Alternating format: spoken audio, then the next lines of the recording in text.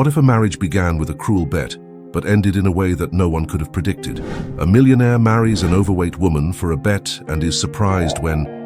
is a story full of betrayals, surprises, and exciting twists and turns that will have you gripped every second. Want to know how this explosive plot unfolds? Subscribe to the channel now, like the video, and discover how this story will move you.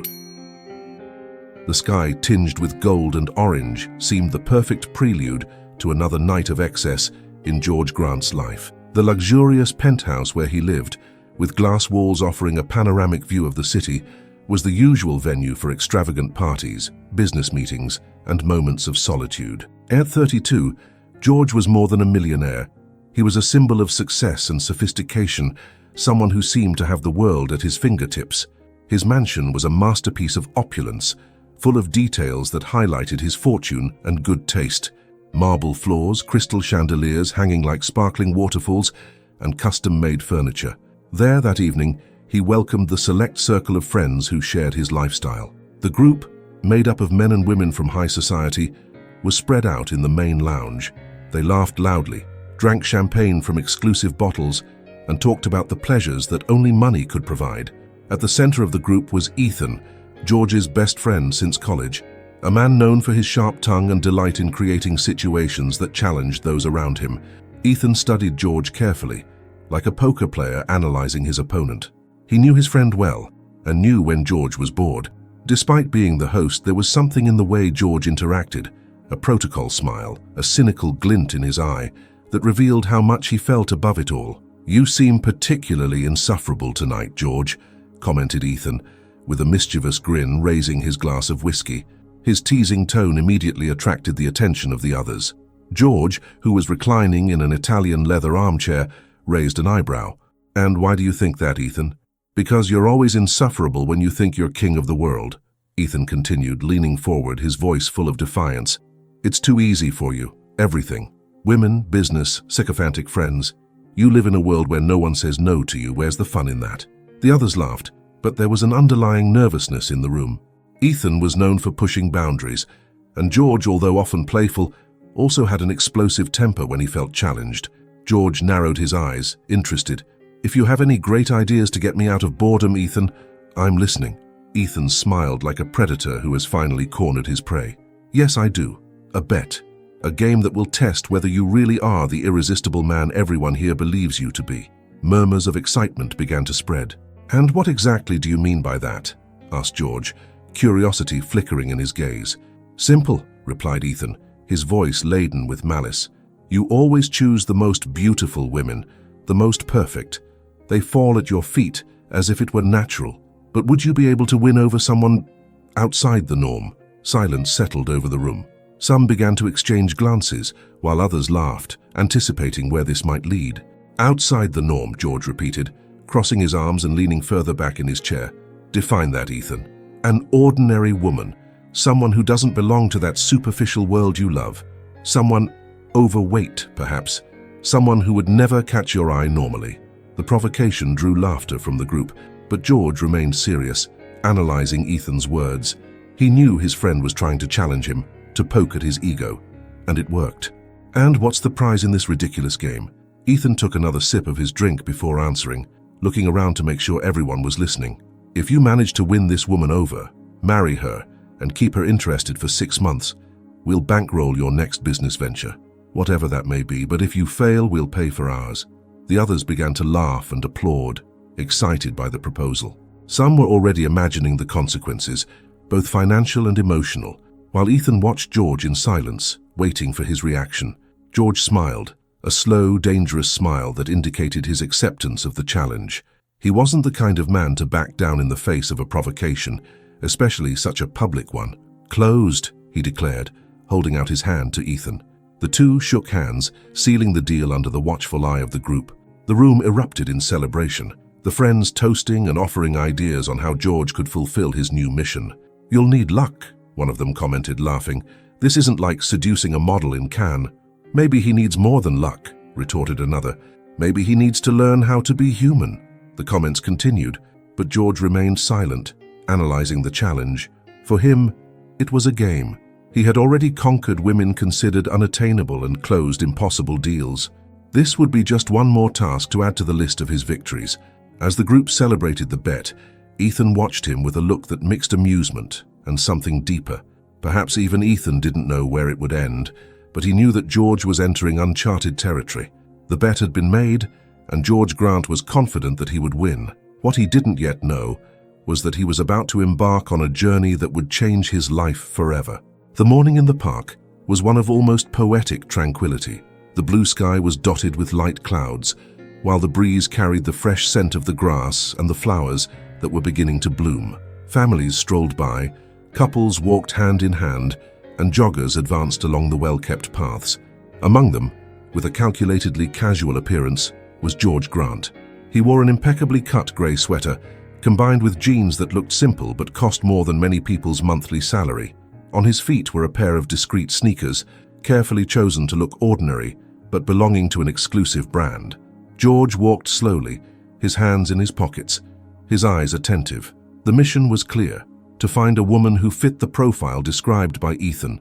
He had spent hours considering how to approach the task. It wouldn't be difficult. He knew how to manipulate conversations, build superficial connections, and attract anyone he wanted. George was a master at the game of seduction. But that morning, something seemed different. As he watched the park-goers, George realized that this world, so far removed from his bubble of wealth and luxury, had a simplicity that disoriented him. There were no lavish parties, flashy clothes, or expensive champagnes. People smiled at each other, genuinely. He didn't understand why, but something about the atmosphere made him feel out of place. Then he saw her. Charlotte Green was sitting on a wooden bench under the shade of a large tree. She held a book between her hands, her eyes fixed on the pages as if the world around her didn't exist. Her brown hair was tied up in a messy bun, and her glasses rested on the tip of her nose.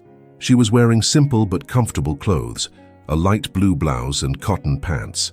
Beside her, a bag with apples and a bottle of water suggested that she planned to spend some more time there. George stopped walking for a moment, his gaze fixed on her, trying to understand her before he even approached. Charlotte didn't fit the standard of beauty he used to admire. She didn't have the sophistication that the women in his circle proudly displayed, but there was something about her that intrigued him. Perhaps it was the tranquility with which she was immersed in her book, completely oblivious to the rest of the park. Perhaps it was the soft smile that appeared on her lips from time to time, as if she was savoring the written words. He took a deep breath and took a few steps towards her, adjusting his expression to something friendly, almost innocent. George knew how to approach someone without seeming invasive. "That book must be good to have you so focused," he commented, feigning curiosity. Charlotte looked up, slightly surprised, but then smiled politely. "Oh yes, it's one of my favorites," she replied, her voice calm and somewhat reserved. "May I ask which one it is?" George pointed to the book, sensing that it had gained his attention. Charlotte hesitated for a moment before showing him the cover. It was a classic novel, one that explored the complexities of love and loss.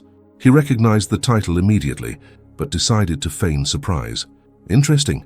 I've never read it, but I've always heard good things about it," he said, sitting down on the bench next to her, while keeping a respectful distance. Charlotte didn't know how to react. It was rare for strangers to approach her to strike up a conversation, even more so in such a gentle way. She felt torn between caution and curiosity. "I recommend it. It's a read that makes you think a lot about life," she replied, still keeping the conversation on a neutral level. George realized that Charlotte was different from the women he usually approached. She didn't seem interested in impressing him or prolonging the conversation, but she wasn't rude either. There was a subtle barrier between them, as if she were protecting something he couldn't yet see. He knew he had to proceed carefully. "You seem to enjoy reading a lot," George continued, trying to sound genuine. "I used to read a lot when I was younger, but now I feel like I've lost the habit. Perhaps you could help me get back into it by recommending some reading." Charlotte gave a slight smile. The idea that such a handsome man was interested in her opinions disconcerted her a little, but she saw no malice in it. "It depends on what you like. Some prefer action stories, others fantasy." "What about you?" interrupted George, feigning a deeper curiosity. "What makes you immerse yourself so deeply in a book that you forget the world around you?" Charlotte blushed slightly, surprised by the question. She wasn't used to being the center of attention, least of all from a stranger. I think I like stories that make me feel, something that challenges me to see the world in a different way. George absorbed her words, pretending to think about them while actually studying every detail of her expression. She was sincere, genuine in a way that disarmed him, but he remembered the bet and quickly regained his focus. The conversation continued, flowing surprisingly naturally. Charlotte began to relax, although she still maintained a certain emotional distance. George, on the other hand, noticed that every smile she gave him made him feel more invested in keeping her attention. When he finally said goodbye, after ensuring that he had planted the seed for a new encounter, George walked through the park with a mixture of satisfaction and discomfort. He felt he had taken the first step towards winning the bet, but he was imagining having to live with someone he had no interest in. Charlotte, for her part, stared into space for a while, trying to understand why this brief interaction had made her so uneasy. She was a woman used to being ignored, to going unnoticed. George's attention seemed too good to be true. The weeks following their first meeting in the park had been meticulously orchestrated by George Grant, a man who prided himself on his ability to manipulate the people around him like pieces on a chessboard. He had created a calculated routine of meetings with Charlotte, ensuring that she believed that fate had magically brought them together. Nothing in his approach was spontaneous. Every smile, every compliment, and every gesture of kindness had a single purpose: to win Charlotte over, to win the bet. From the start, George felt increasingly uncomfortable being around her. Charlotte was completely different from any woman he had ever met, and not in the way that could arouse interest or admiration. For George, Charlotte was a chore, an obstacle in his journey of self-promotion. He could barely disguise his irritation on first dates, but he knew he had to play his part to perfection. Behind the scenes, George was venting to Ethan and his friends about the difficulty of his mission. "She has nothing to do with me," he said, throwing himself into a leather armchair in his luxurious office. "It's a constant effort to pretend that I'm interested in, I don't know, books and social causes. Do you know how embarrassing it is to have to pretend to like that?" Ethan laughed, while the others were amused by George's desperation. "Are you making progress?" Ethan asked, with a mischievous grin. George sighed, swirling the wineglass in his hand. "Yes, of course, she's starting to trust me, which is the most important thing, but I'll tell you something. Spending so much time with someone like her is exhausting. I can hardly look at her without feeling like I'm wasting my time." The friends laughed, exchanging cruel jokes about Charlotte and the effort George was making to keep up the facade. "And she doesn't even know it?" asked one of them. "No idea," replied George with a satisfied smile. "She believes every word I say." From Charlotte's side, the view was completely different. For her, George was a kind, attentive man who was surprisingly interested in her passions and opinions. On walks in the park, he listened attentively as she talked about her favorite books. In cafes, he seemed fascinated by her stories about the students at the school where she worked.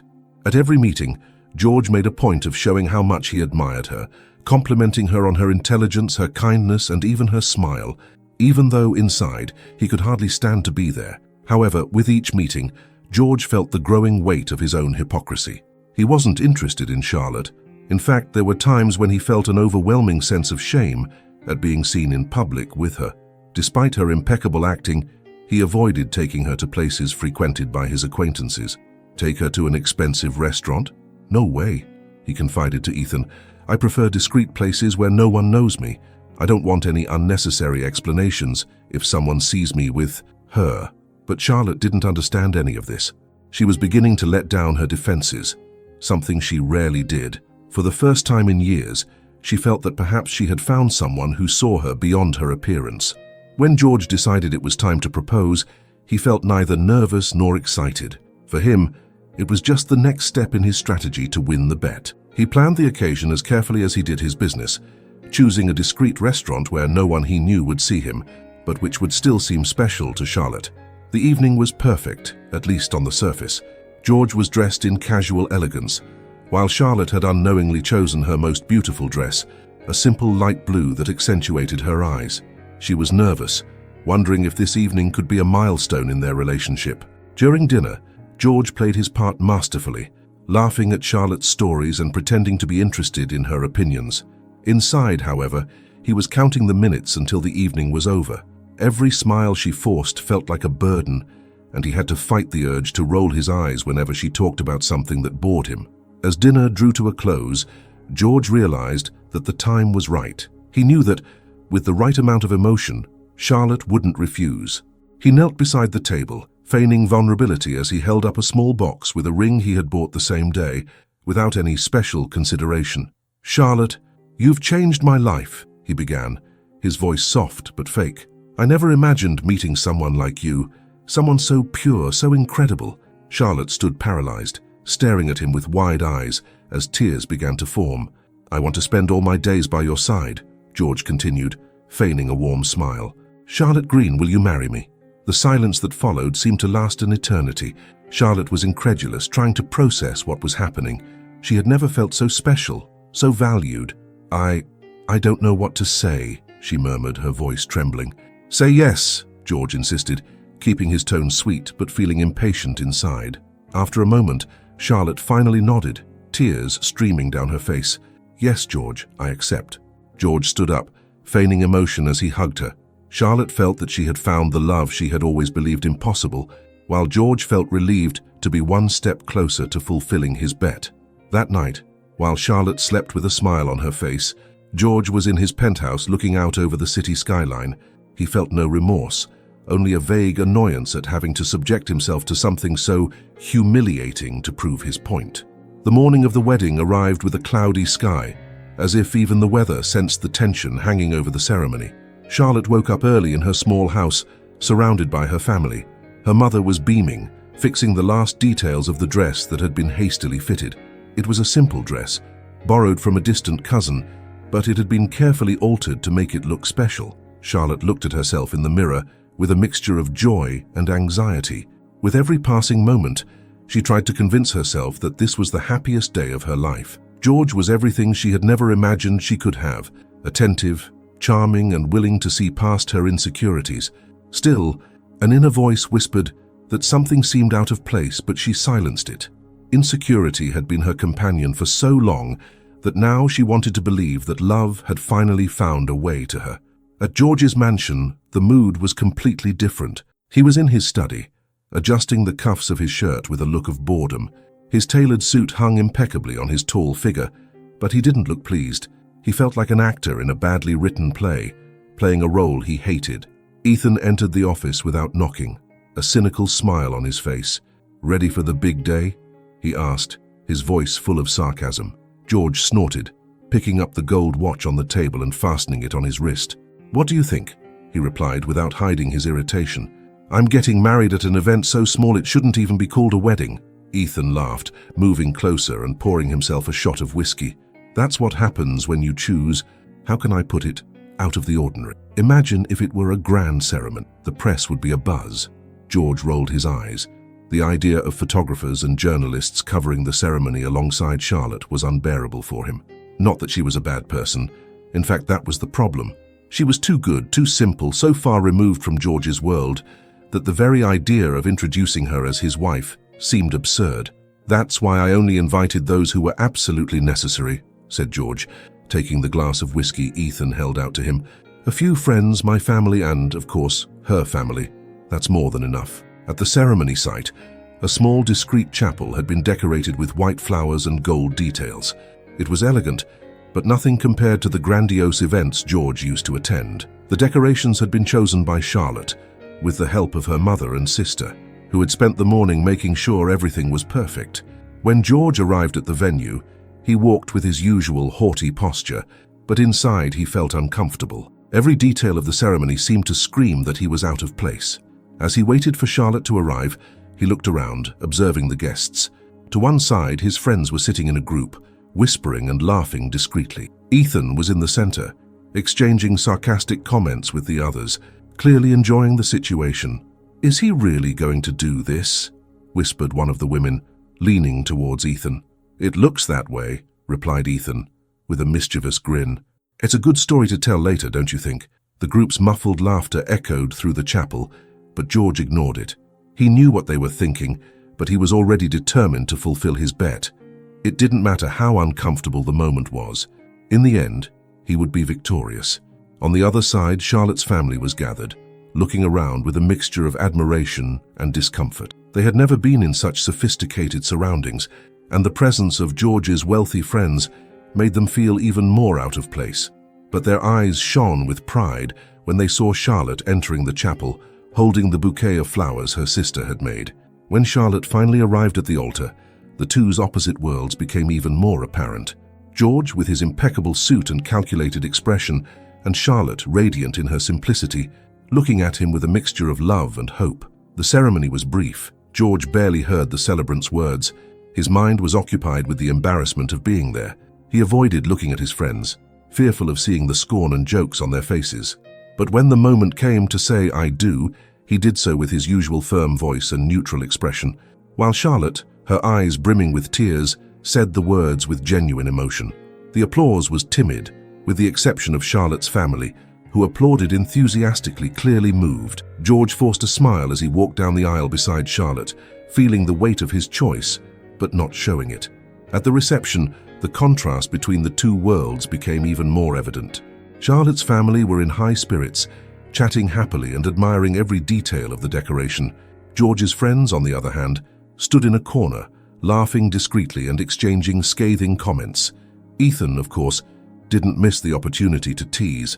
"Congratulations, George," he said, raising his champagne glass. "Who knew you'd be the first of us to get married?" George only replied with a forced smile, while Charlotte chatted to one of her uncles, oblivious to Ethan's mischievous tone. As the evening drew to a close, George felt a huge sense of relief. The ceremony was over, and he had fulfilled another stage of the bet. As he said goodbye to the guests, he avoided thinking about what this meant for Charlotte, who believed she was starting a life with a man who loved her. But while Charlotte was getting ready for bed that night, her heart full of hope and love, George was in his study, pouring himself another shot of whiskey. For him, this was just another stage in a cruel game, a game in which he believed he was in control, but which little by little was beginning to show that not everything was under his control. The full moon cast its silvery light over George Grant's vast estate, where the mansion rose imposingly, surrounded by perfectly trimmed gardens.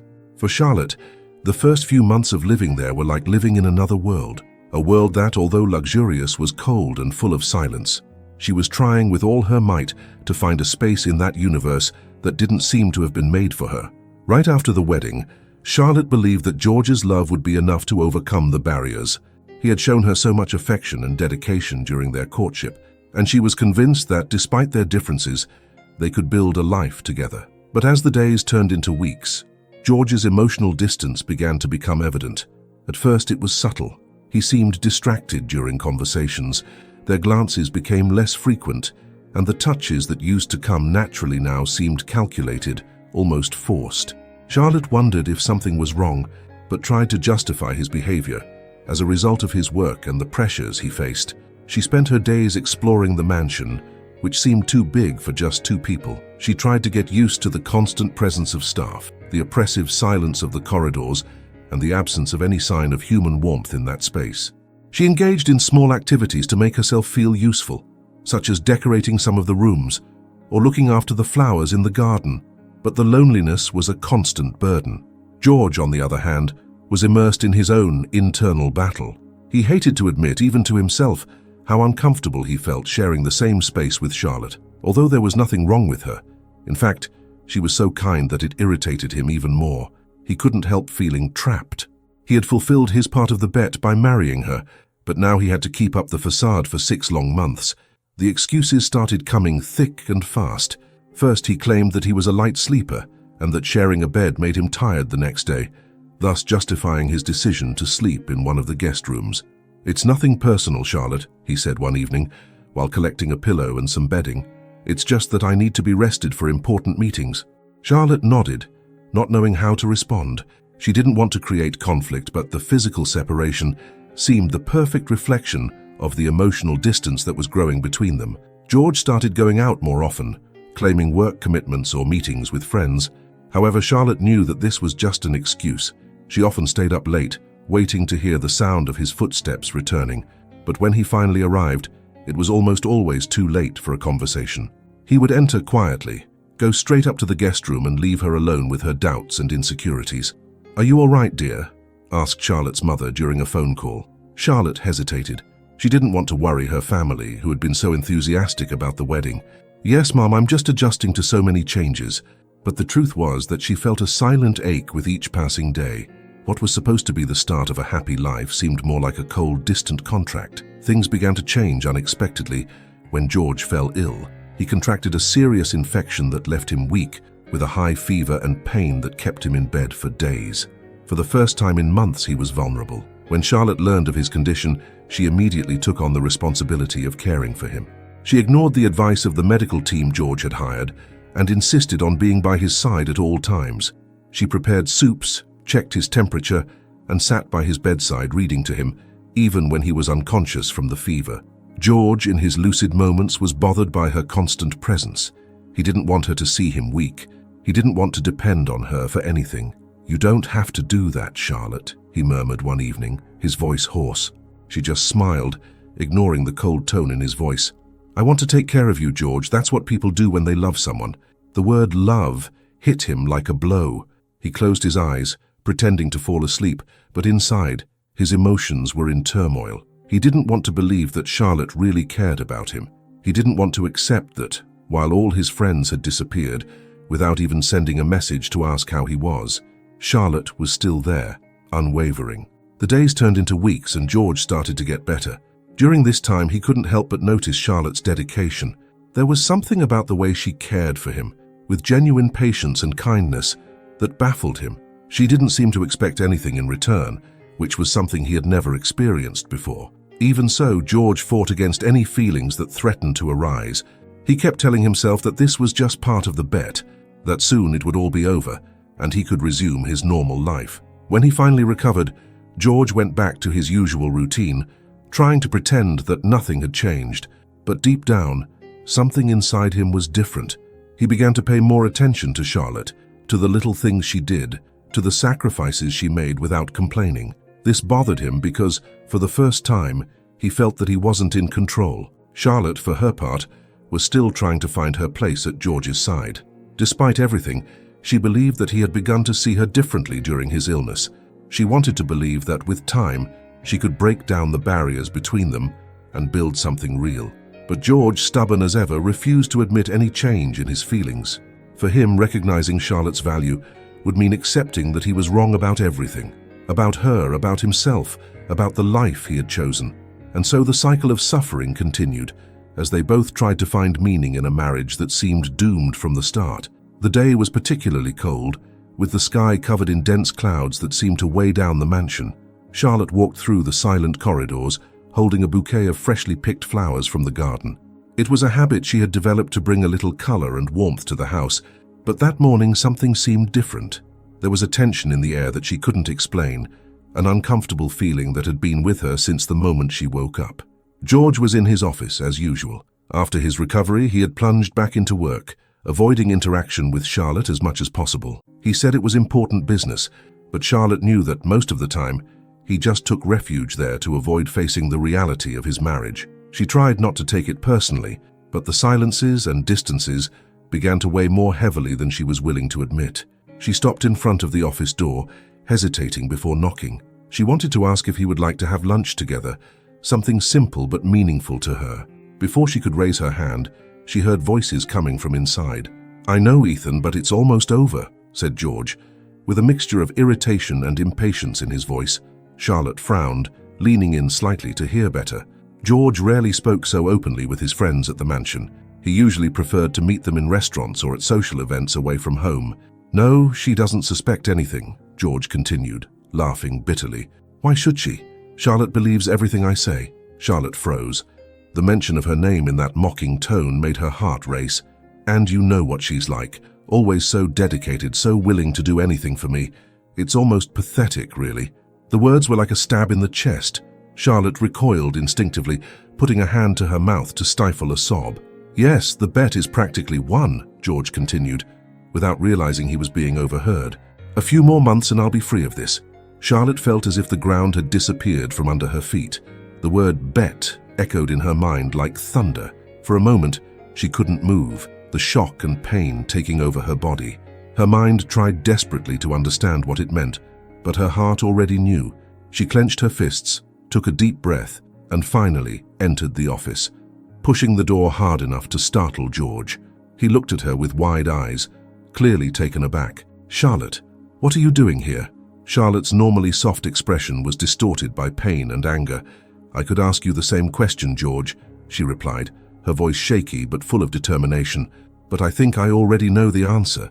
George stood up slowly, trying to regain control of the situation. "Charlotte, you're exaggerating." "Am I?" she retorted, taking a step forward. "So tell me, George, what exactly did you mean by the bet is practically won?" He was silent for a moment, searching for the right words, but Charlotte didn't give him any room to apologize. "It was all a lie, wasn't it? From the beginning, from the day we met. You never loved me." "Charlotte, listen to me," George began, but she interrupted him. "No!" she shouted, the tears finally streaming down her face. "I want to hear the truth, George. I want to hear you say in every word that I was just a game to you, that I was a joke to entertain you and your friends." George ran a hand through his hair, visibly frustrated.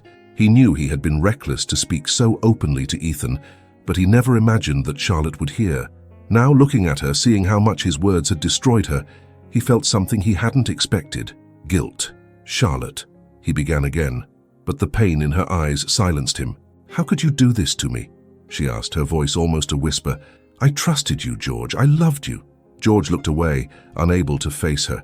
He had spent his whole life avoiding real connections, treating people as disposable pieces in his personal game. But Charlotte wasn't like the others. She was different. And now, seeing her broken because of his actions, he realized how much that mattered, even if he didn't want to admit it. "It was a bet," he finally confessed, his voice low and full of shame. "At first it was just that, a bet." Charlotte staggered backwards as if she had taken a physical blow. "So it's true," she said, almost to herself. George took a step forward, trying to reach her, but she held up a hand to stop him. "Don't you dare," she said, with a firmness he had never seen before. "Don't touch me." He stopped, feeling helpless for the first time in his life. "Charlotte, let me explain." "Explain what?" she interrupted, her voice laced with bitterness. "That I was just a diversion for you, that you faked every smile, every word, every touch. In the beginning, maybe it was like that," George admitted, but his words only intensified her pain. Charlotte shook her head as if to ward off the truth. "I was a fool," she said, more to herself than to him. "I believed in you. I thought that maybe I'd finally found someone who really saw me." George felt his throat tighten. He wanted to say something, anything, to ease the pain he had caused, but the words wouldn't come. "I don't know how I'm going to move on after this, George," Charlotte continued, her voice weak but still full of emotion. "But I do know one thing. I never want to see you again." She left the office, leaving George alone with the weight of her actions. For the first time, he felt the true impact of what he had done. It wasn't just the loss of Charlotte that shook him. It was the realization that, in his quest to win a bet, he had destroyed something that could never be repaired. The morning sun seemed to shine without purpose, its warm lights illuminating the cold, silent mansion that George Grant now inhabited alone. Charlotte had left the night before, taking with her nothing but a small suitcase and a gaping wound that no amount of time seemed able to heal. He could still hear the echoes of her words, the pain in her voice, and the devastated look she had given him before walking out the door. George was sitting on the large leather sofa in the main room, a glass of whiskey in his hand, despite the early hour. The mansion had never seemed so big, so empty. The luxurious furnishings, the works of art hanging on the walls, and the huge windows overlooking the impeccably tended gardens were now just reminders of a life he had built with facade and coolness. He thought of Charlotte and the cutting silence that had followed her departure. She hadn't shouted, she hadn't thrown anything at him. Their farewell had been marked by silent tears and words so painful that they still felt like blades on his skin. "I loved you, George, but you never really saw me." Those words haunted him. He knew they were true, but the sincerity in them, the intensity with which she accused him of being empty and cruel, shook him in a way he didn't fully understand. He had spent his whole life believing that he didn't need to care, that feelings were just obstacles in the quest for power, status, and fun. George looked at the glass in his hand and set it aside with an irritated gesture. For the first time in a long time, the alcohol didn't seem enough to numb the pain. He closed his eyes, trying to push the memories away, but they kept coming back. He saw her in the garden, her delicate hands tending the flowers as if they were precious. He remembered her sitting on the sofa, lost in a book, her face illuminated by the afternoon light. He remembered how she always looked at him with a smile, even when he barely noticed her. All that now seemed distant, like a dream he had destroyed with his own hands. While George struggled with his thoughts, Charlotte was sitting on a bus, heading back to her family's small house. The journey was long and silent, and she spent the time staring out of the window, watching the landscapes pass quickly by like a reflection of her recent life. She held the bus ticket tightly, her knuckles white. It wasn't the ticket she was clutching, but her pain, her humiliation, and her anger. Charlotte had never imagined that she could feel so broken. For months, she had believed that she had found something special, something that could defy all odds. But it was all just a lie. When the bus arrived at its destination, her mother was waiting for her at the small station. When she saw Charlotte getting off, carrying a suitcase, and with eyes swollen from crying, the woman knew that something was terribly wrong. "Charlotte," began her mother, her voice full of concern. Charlotte tried to smile, but her lips trembled. She fell into her mother's arms, letting the tears flow freely. "He wasn't who I thought he was, Mom," she managed to say through sobs. "I was just a game to him." Her mother held her tightly, stroking her hair and whispering words of comfort. They walked together to the house, where Charlotte finally felt safe enough to let go completely. In the days that followed, Charlotte tried to get her life back on track. She went back to teaching at the local school, spent her afternoons helping her mother at home, and got back into the habit of reading her favorite books. But nothing seemed the same. Every corner of the house, every page of a book, every conversation with a friend reminded her of George, of his smile, his sweet words, his touches that now seemed so fake. Meanwhile, George was beginning to face the consequences of his actions. He had shunned his friends, especially Ethan, who was responsible for planting the idea of the bet. For the first time, Ethan's laughter and sarcastic comments seemed unbearable. George spent hours in his office, mentally reviewing every interaction he had with Charlotte. He wondered how he had been able to look at her, listen to her laughter, and share such intimate moments without feeling the weight of her lies. He remembered the night she took care of him while he was ill, how she read to him and looked at him with genuine concern. "I didn't deserve that," he muttered to himself, feeling a lump in his throat. He knew that Charlotte was the only person in his life who had treated him like a real person, not like a powerful figure or a resource to be exploited. But he had destroyed that, and the thought of never seeing her again tormented him. One night, unable to bear the loneliness and regret, George picked up the phone and dialed Charlotte's number. The sound of the call echoed like a hammer in his head, but no one answered. He tried again, but the result was the same. She had disappeared from his life, and he didn't know how to get her back. The days turned into weeks, and George continued to live in a mansion that was now more like a mausoleum. Every empty room, every lonely dinner, every silent morning served as a reminder of what he had lost. Charlotte, for her part, found comfort in the simplicity of her old life. Although she was still wounded, she began to rediscover the strength she thought she had lost. She didn't know what the future held, but she was determined never again to allow anyone to treat her as less than she deserved. Meanwhile, George, isolated in his mansion, was beginning to understand something he had never admitted before. He had fallen in love with Charlotte in spite of himself, but for him, it seemed too late. The morning at George's mansion began like all the others since Charlotte had left, silent, cold, and immersed in an almost palpable emptiness. The man who used to wake up with his mind full of plans and strategies was now up late, moving around the house like a shadow of himself. He avoided the mirror not out of vanity, but because he couldn't stand the sight of a man who finally recognized the extent of his mistakes. George spent days locked in his office, immersed in reports and contracts that couldn't hold his attention for long. Everything around him reminded him of Charlotte in some way. The bouquet of wilted flowers in the vase she insisted on filling, the books she had left stacked on the coffee table, and even the heavy air that filled the house, a reflection of the emotional burden he now carried. That morning, he decided to do something different. It wasn't a planned decision, but an impulse. He dressed in simple clothes, grabbed his car keys, and set off, without a clear destination. He drove for hours, passing busy streets and humbler neighborhoods, until the sound of children playing caught his attention. He stopped in front of a community school, a modest building with colorful walls and a small garden at the entrance. George felt a pang of curiosity, followed by a strange desire to observe.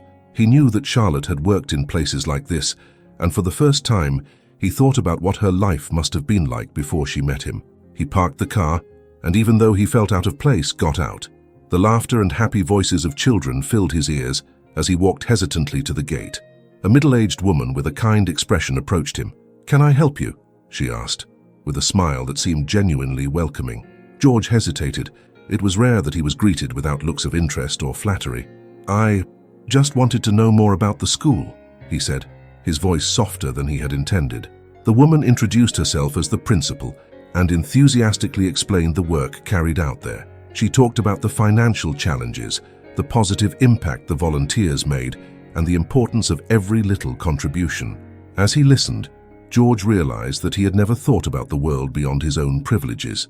He was used to measuring everything in numbers, profits, and advantages, but there, in that humble school, he saw something that seemed real: effort, dedication, and a sense of purpose that he had never known. In the days that followed, George returned to the school. He began discreetly, making small anonymous donations for urgent repairs, such as repairing the roof and buying new school materials.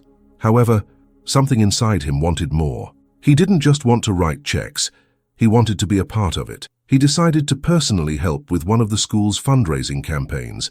It was the first time he had really gotten involved in something without expecting anything in return. The job wasn't easy. He felt uncomfortable being just another volunteer without the special treatment he was used to. At first, the others looked at him suspiciously, finding it strange that a man like him was there. But little by little, George began to blend in. He chatted with the children, helped organize activities, and, without realizing it, began to really smile. Meanwhile, he also began to reflect on the friends he had previously considered indispensable. Ethan, in particular, was a presence that George began to avoid. After the bet, Ethan's sarcastic and mocking behavior became unbearable. He realized that the jokes and conversations he used to find amusing now sounded empty and cruel. During a dinner in which Ethan tried to convince him to take part in yet another adventure, George finally broke the silence. "I'm out," George said firmly. Ethan looked at him in surprise. "What do you mean you're out?" "I mean that I'm tired of it, Ethan. The betting, the playing games at other people's expense. I don't see the fun in it anymore." Ethan laughed, but his laugh was strained. "Are you saying this because of that woman? Did she make you soft?" Ethan's words were an echo of who George had once been, but now they sounded repulsive. He stood up, throwing his napkin on the table. "No, Ethan, I'm saying this because I've realized that living like this isn't worth it." And he left the restaurant, leaving behind a piece of himself that he no longer wanted to carry. As time went by, George began to make real changes in his life. He reduced his attendance at empty social events, devoting more time to causes he had previously ignored. He made substantial donations to charities, but always discreetly. He visited the school regularly, helping in any way he could, and learning more about the impact of his work. For the first time, he felt he was building something that wasn't just for himself. In the midst of these transformations, George began to understand something he had avoided admitting for a long time. He missed Charlotte, not just for who she was, but for what she brought to his life. Her kindness, her strength, and her authenticity were things he had never valued until he lost them.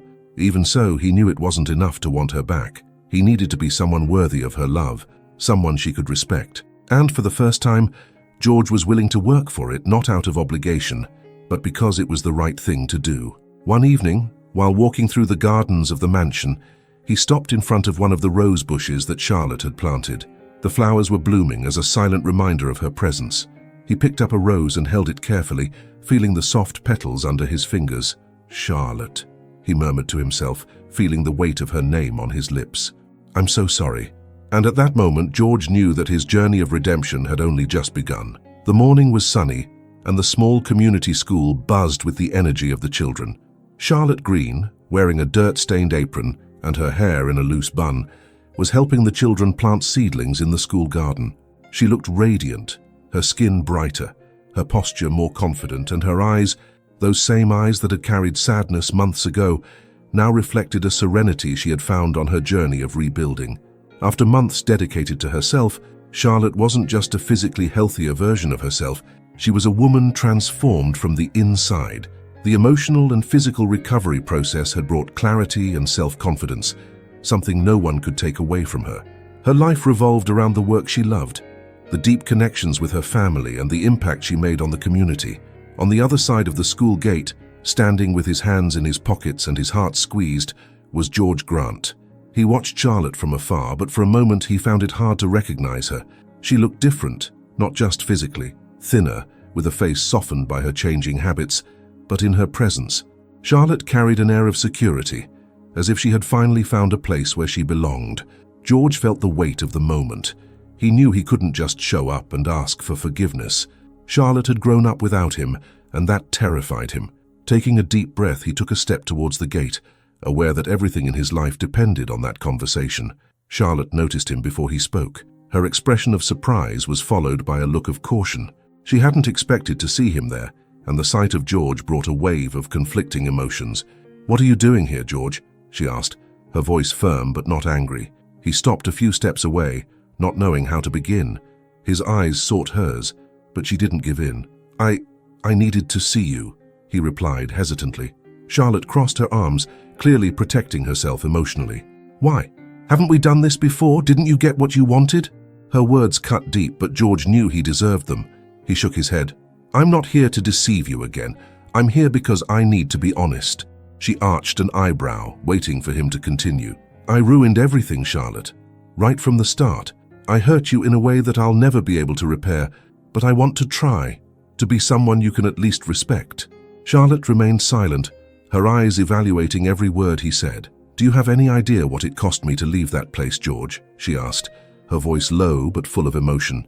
"Believing in you was the hardest thing I've ever done, and you destroyed that." George nodded, feeling the guilt weigh on him like never before. "I know," he said, his voice shaking, "and I don't expect you to forgive me now, maybe ever, but I need you to know that everything that happened showed me how empty my life was, and you, Charlotte, even without realizing it, were the only real thing I ever had." She blinked, clearly taken aback by his words, but remained cautious. "That's easy to say now." George took a step forward, but stopped when he saw Charlotte move slightly away. "I was won over by you, Charlotte. Not by what you looked like, but by who you were inside, by the way you cared, even though I was so unbearable. It doesn't matter what you look like, your weight, or anything else. It matters who you are, and I need that in my life." Charlotte felt her heart squeeze, but she didn't allow herself to give in so easily. "People don't change that quickly, George," she replied with cold calm. "How do I know this isn't just another attempt to fix your wounded ego?" George took a deep breath, gathering the courage to answer. "I know I can't change the past, but since you've been gone, I've started to see what I never saw before. I've distanced myself from people like Ethan. I've started to devote myself to things that really matter. I made donations to schools like this one because it was here that I understood what you valued." Charlotte stared at him, her emotions oscillating between skepticism and surprise. "Donations?" He nodded, looking embarrassed. "Not to impress you, but because it was the right thing to do. You showed me what it means to care about something bigger than your own vanity." Charlotte looked away, trying to process his words. For months, she had tried to forget him, convincing herself that he was incapable of change. But now, seeing him there, vulnerable and more human than she had ever seen him, she didn't know what to think. "I can't just forget everything that's happened, George," she said at last, her voice shaking. "It will take time, and I can't promise anything." George nodded with a sincere look on his face. "I don't expect promises. I just want a chance to show that I'm willing to change." Over the next few days, George stayed in town, getting involved in the school activities and the charity initiatives that Charlotte led. He never forced meetings or conversations, just showed his dedication through actions. Charlotte watched from afar, still wary, but something inside her began to soften.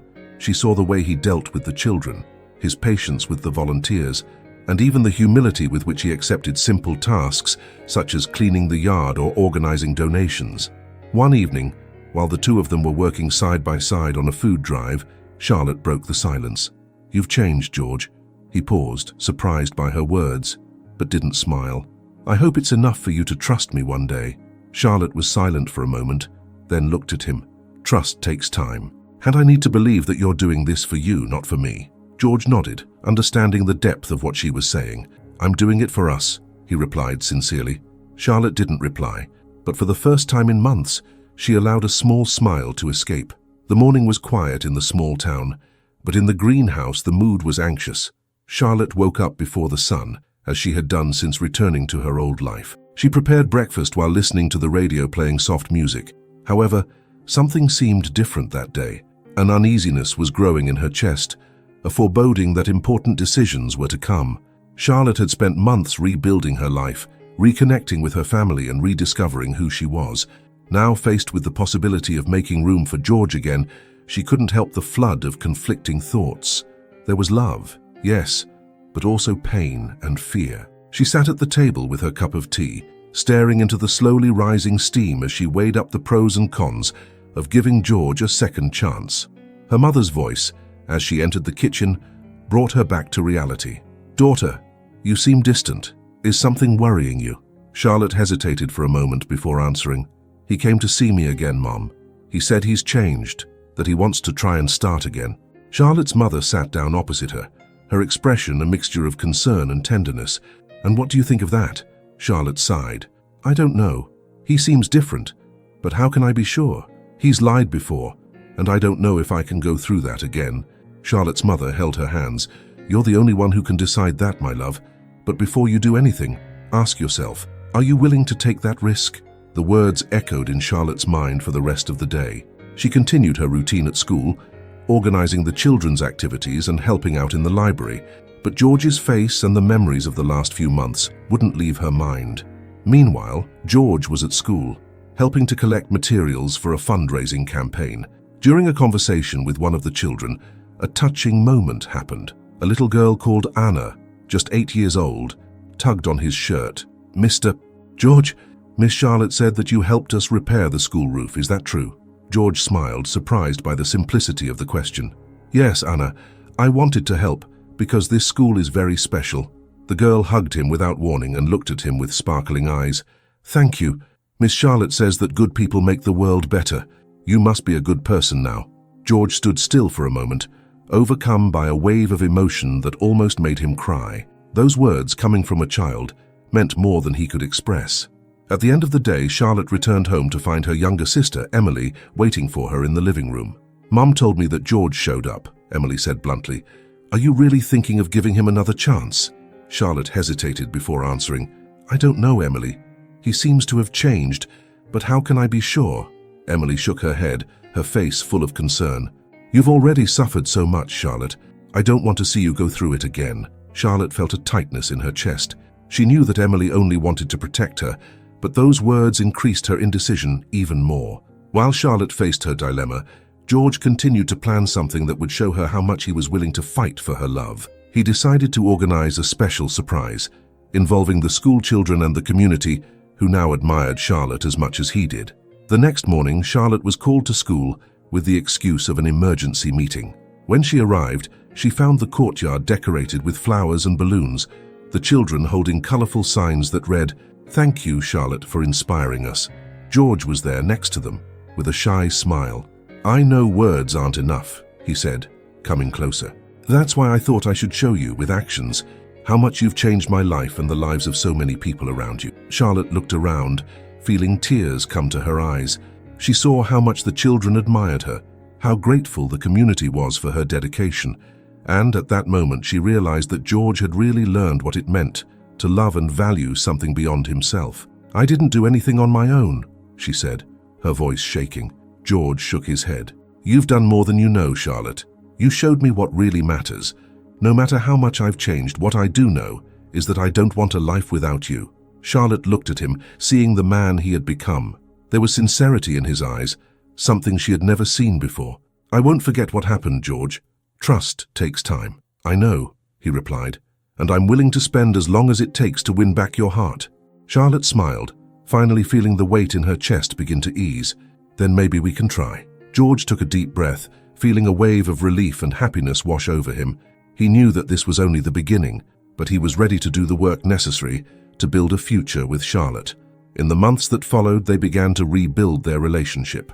Charlotte remained focused on her life and her passions, while George dedicated himself to supporting her efforts and being a true partner.